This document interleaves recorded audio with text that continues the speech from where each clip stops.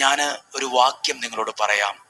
എത്ര തകർന്നിരിക്കുവാണേലും ഓർത്തോ, നീ തകർന്നിരിക്കുവായിരിക്കാം, സങ്കടപ്പെട്ടിരിക്കുവായിരിക്കാം, വചനം കേൾക്കുന്നില്ലെന്ന് വച്ചിരിക്കുവായിരിക്കാം, ഇനി ഇതൊന്നും കേട്ടിട്ട് കാര്യമില്ലെന്ന് വരെ ചിന്തിക്കുവായിരിക്കാം.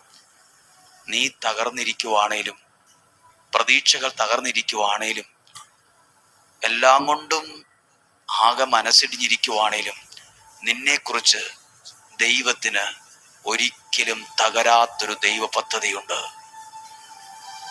നിന്റെ പ്രതീക്ഷകൾ തകർന്നു, സ്വപ്നങ്ങൾ തകർന്നു, എല്ലാം കൊണ്ടും മുഴുവൻ നെഗറ്റീവാണ്, മുഴുവൻ ഇരുട്ടാണെന്നൊക്കെ തോന്നിയാലും തകരാത്ത, പരാജയപ്പെടാത്ത ഒരു ദൈവ പദ്ധതി ദൈവത്തിന് നിന്നെക്കുറിച്ചുണ്ട്. മനസ്സിലാക്കുന്നോ?